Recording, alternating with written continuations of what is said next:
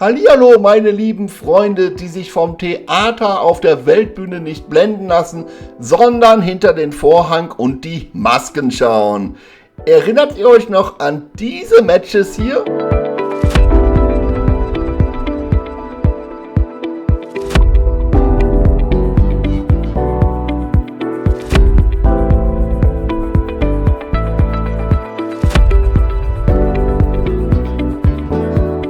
Ja, das waren Matches aus meinem ersten Teil zur Sitcom Two and a Half Men. Matches, die Charlie Sheen, den Hauptdarsteller der Serie, als Prinz Pavlos von Griechenland aufdeckten.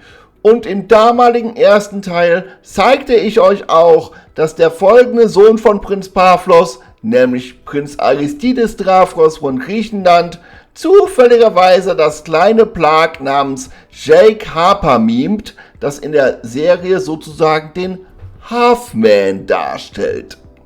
Den Angus T. Jones, also den Seriendarsteller hinter dem Plag Jake Harper, konnte ich perfekt mit diesem Prinz Aristides Stavros matchen.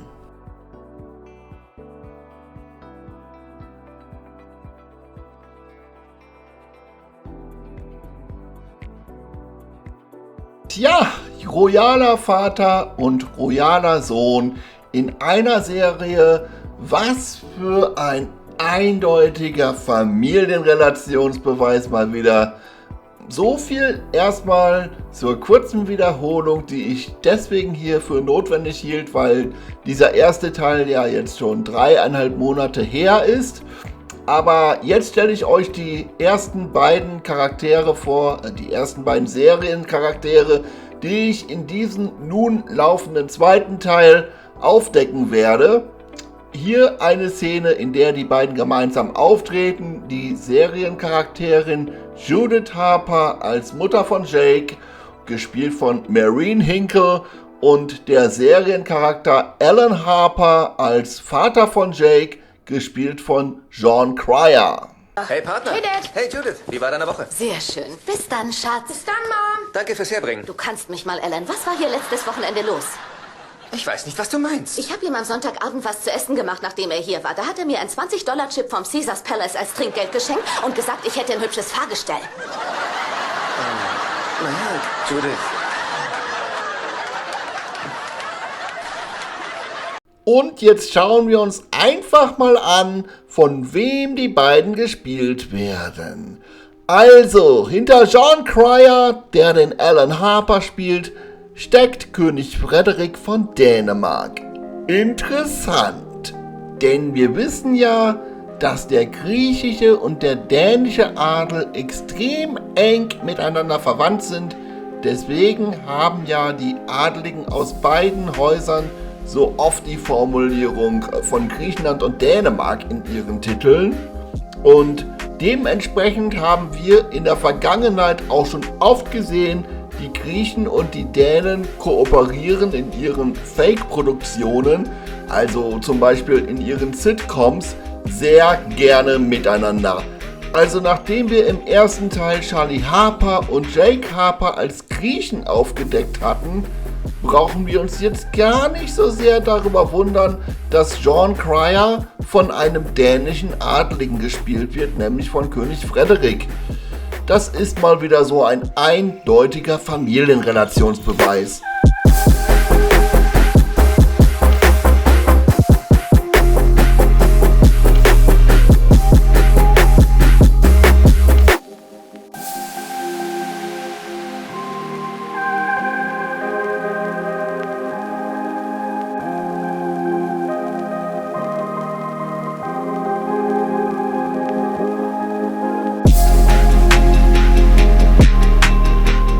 Und jetzt schauen wir mal, wie es bei Maureen Hinkle aussieht, von der die Seriencharakterin Judith Harper gespielt wird.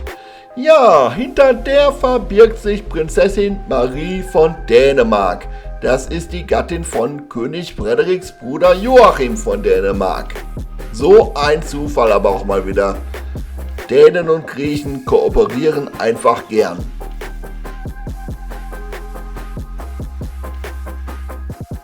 Ich vertiefe jetzt den Beweis dazu, indem ich euch ein Crossmatch zeige. Marine Hinkle lässt sich nämlich mit einer weiteren Hollywood-Fake-Identität matchen, die von Prinzessin Marie von Dänemark gespielt wird, nämlich mit Julia Roberts.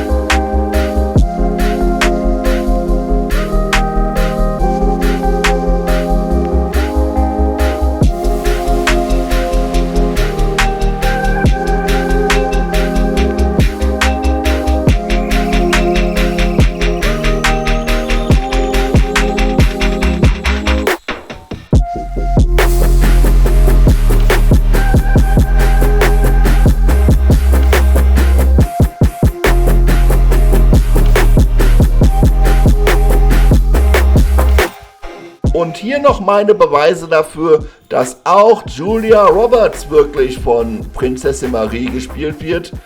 Ein Match, das für mich schon seit 4 Jahren in Stein gemeißelt ist und zu dem ich auch schon mal ein Video gemacht habe.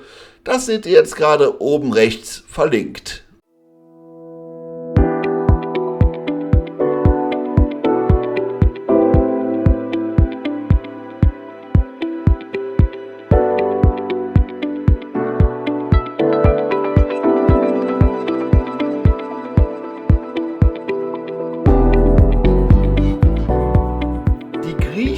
Sind nicht nur mit den Dänen besonders eng verwandt, sondern auch mit den Engländern. Das liegt zum Beispiel daran, dass Prinz Philipp, der berühmte Gatte von Queen Elizabeth, einen Vater aus dem griechischen Adel hatte, nämlich König Andreas von Griechenland. Mir sind auch schon öfters Fake-Identitätsproduktionen aufgefallen, in denen englische und griechische Adelige miteinander zusammenarbeiten. Zum Beispiel wird der ehemalige US-Präsident Joe Biden eindeutig von König Charles von Wales gespielt und Joe Bidens Sohn Hunter Biden von Prinz Pavlos von Griechenland. Also der ist identisch mit Charlie Harper. Hunter Bidens Ehefrau Melissa Cohen wird gespielt von Prinzessin Maria Olympia von Griechenland, bei der es sich um eine Tochter von Pavlos handelt. Darüber habe ich auch mal ein kurzes Video gemacht, das ihr jetzt oben rechts verlinkt seht. Aber warum erzähle ich euch das Ganze jetzt hier an dieser Stelle in diesem Video? Ganz einfach, weil es mich nicht wundert, dass wir nun auch bei Two and a Half Men nach den Griechen und den Dänen auf die Engländer stoßen. Genauer gesagt geht es um die Seriencharakterin Evelyn Harper, bei der es sich um die Mutter von Charlie und Alan Harper handelt in der Serie. Diese Evelyn wird offiziell von Hollywood-Star Taylor Holland gespielt, inoffiziell aber von der englischen Prinzessin Anne Queen Royal, denn Prinzessin Anne ist das blaublütige Original hinter Holland Taylor. Also ich nehme an, ihr fragt euch, warum ich euch eingeladen habe. Du meinst, du hast uns nicht nur zum Essen eingeladen? Hör auf, Charlie. Ich habe gute Neuigkeiten. Nein, ich sterbe nicht. Ich habe doch gar nichts gesagt. Wie kommst du denn auf sowas? Okay, tut mir leid. Jedenfalls habe ich gewisse finanzielle Vorkehrungen getroffen. Also hast du vor zu sterben? Glaube mir, Schatz, ich verspreche dir, so lange auf Erden zu weilen, bis ich deine Gin-getränkten, aufgedunsenen, syphilitischen Überreste identifizieren kann. So, nach diesem Einblick, was für ein herzhaft bissiger Sarkasmus entsteht, wenn Charlie und seine Mutter Evelyn ihre Sprüche aufeinander abfeuern, komme ich nun zu meinen Bildvergleichen zwischen Prinzessin Anne und Holland Taylor. Bitte sehr.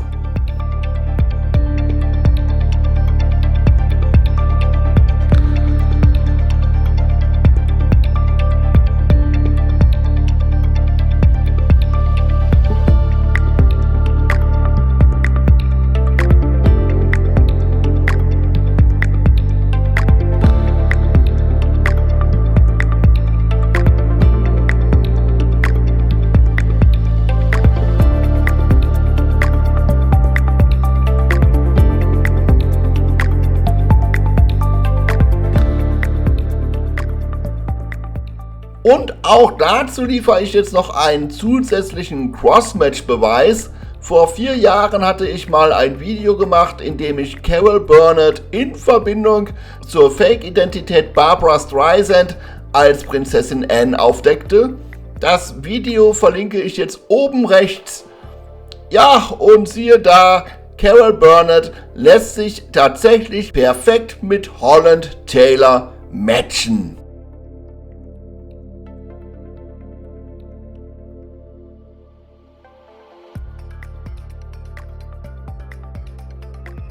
Und um den Beweis abzuschließen, zeige ich euch jetzt noch die direkten Matches zwischen Carol Burnett und Prinzessin Anne.